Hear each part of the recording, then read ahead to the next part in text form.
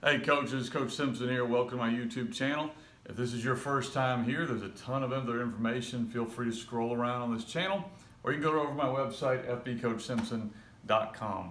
A lot of what I'm going to talk about today is kind of an excerpt from my offensive line manual. So if you want to get the down details of how we teach what I'm about to talk about, as well as a lot of other information, about 140 pages worth, I have an offensive line manual, whether you run my offense or any type of gap scheme offense. I hope it will bring value to you. And I think there's a couple copies left if you want to order them before we make our move over to Southside area. But you can go to my website and order now if you'd like to. Let's talk today about how to lose. How to lose as an offensive lineman. First of all, let me be real clear here. We don't want our kids to think about the word lose and we're building in excuses. So that's not what this session is about, okay? If we can dominate people, we want to dominate people. We don't want to accept excuses. And what I have found is this: a lot of times as coaches, we have that mindset. We're not going to accept excuses. We're not going to do this. We're going to do this. And that's a great mindset to have. But that mindset is worthless if you don't provide answers for your athletes.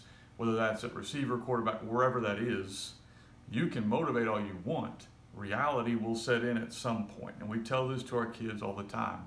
No matter how big you are, there's somebody going to be bigger. No matter how strong you are, somebody's going to be stronger. No matter how fast you are, somebody's going to be faster. We expect you to find that grit and that toughness if it's close and make it happen. But we want to give you the tools in your tool belt to be successful for when you look at reality of, I'm a 990-pound guard and that's a 310-pound D tackle. I can be as gritty as I want to be, as tough as I want to be. If I'm asking that kid to base the kid out and not giving him cheats and answers, I'm doing that kid a huge disservice. Okay, and so your offense may be a little bit different than mine, but whatever your offense is, you better teach the cheats and the situations. Okay, if you play basketball and a guy guarding you is super quick and overplaying it, what do you teach the kid?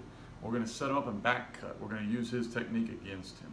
Okay, same thing in football. You better be teaching this at every position. This video is going to focus on the O-line. And again, like I said, if you want more information about how I would do this, you can get my O-line manual. So what I'm going to do is I'm going to talk about our base offense. Again, don't let this, if I don't run this, this principle still works for you. This is just how we do things. You might be in a 10 personnel, you could be in whatever you're in, okay? We're going to talk about the three different things we look at. We're talking to our offensive linemen about how to lose. And we don't really want to tell them we want to lose. We tell them, what can you not allow to happen? So what's our absolute musts on this run concept? First, make sure you only have a few run concepts and they understand it. And let me give you an example of that. A couple of years ago, we would run jet sweep a lot. Jet sweep for us goes to the quick side, weak side, and our tight end got called for holding like 2 or 3 times. Well, that's us as coaches' fault. Because why in the world would we be holding when we're running sweep to the other side of the field? Okay? So we got to teach our kids the concepts of where the run's trying to hit and what we're trying to accomplish before we can get into this. Okay, if our kids kind of understand general stuff, then they can kind of figure out, okay, here's what can't happen. Do we want to just maul people and annihilate them? Yeah, we're offensive linemen. We don't make shirts that say, I halfway did okay. We say, I pancaked. But we want to understand what has to be done non-negotiable. So the first thing we make sure our kids understand is, hey, the ball's going the other direction. Okay, if I'm a tight end in that situation and we're running jet sweep over here, or I'm a backside tackle and we're running buck or whatever over here, I should never hold. So we talk to them about what's the one thing we don't want to do. We don't want to hold. All right, what's the next thing we don't want to do? We don't want to let my player cross my face. Why would we not want to do that? Well, because if he crosses our face, okay, then he could go make a tackle over here where we're trying to run the ball. So we tell him, okay, let's say I'm blocking a 4, or an outside shade could be a 5, and we're running over here. We want to step here and make sure that we've won on the first step. So we want to go ahead, we can do it by alignment sometimes, but also we can step hard. And if this guy comes up here and he gets penetration, is that ugly? Yeah, that's ugly. And maybe their D-line coach is giving that guy a high five for blowing you up, but he blew you up, did he make the play? No, he did not. So for us, we would prefer to just blow him up, but if we can't, that's our how to lose, but we still win the concept. Okay? So run away is a big one. Ball's going the other way. We don't hold. We don't let them cross our face. We make them, at worst case scenario, run around us to go make a play.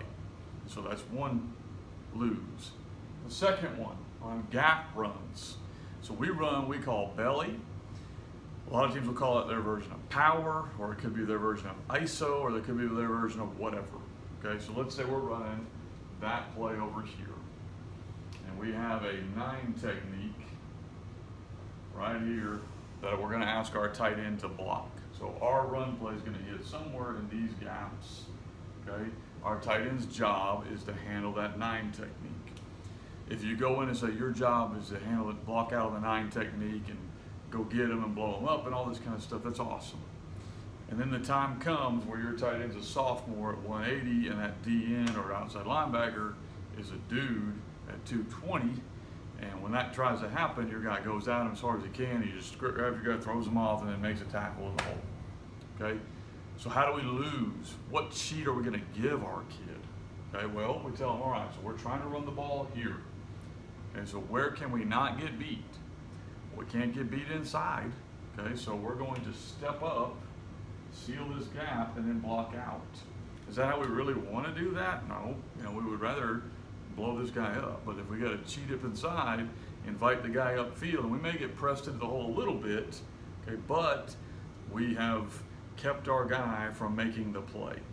Again, how to lose. Did we really win that block? Not really, you know, but did we win the concept?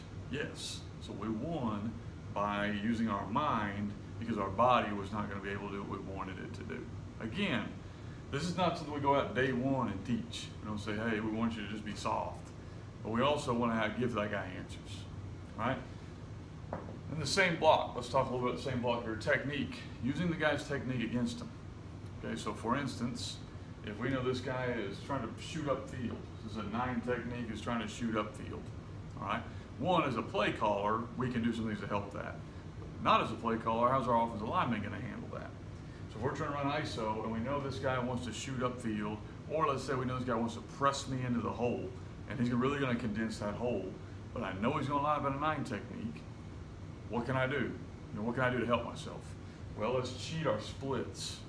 Let's get wider. So even if I lose and I'm kind of on skates, I'm on skates, but I'm going from a 4-foot split instead of a 2-foot split. And so I have 2 more feet that I can give up as opposed to giving up 2 feet and being in the hole. Or he's an upfield player. I know that he reads blocks, wants to come upfield and sack the quarterback. So I'm going to step and invite him to go where he wants to go. Instead of coming at him here, staying square, I'm going to go ahead and open the door for where I want him to run. And if he runs upfield, I'm just going to escort him where I want him to go. And we're running the ball inside. If he runs that way, we're going to put our hand on that back hip. Good job, buddy, because you're running yourself out of the play. And the idea is understanding how to use their technique against them. Now, as an offensive coordinator, you got to be able to, do that as well. But as an offensive lineman now, did we win a block if the guy ends up 5 yards in our backfield? Some people would say no. That guy got 5 yards in the backfield on a run play to his side. We would say, yes, we did. We took the guy where we wanted him to go and we ran underneath him.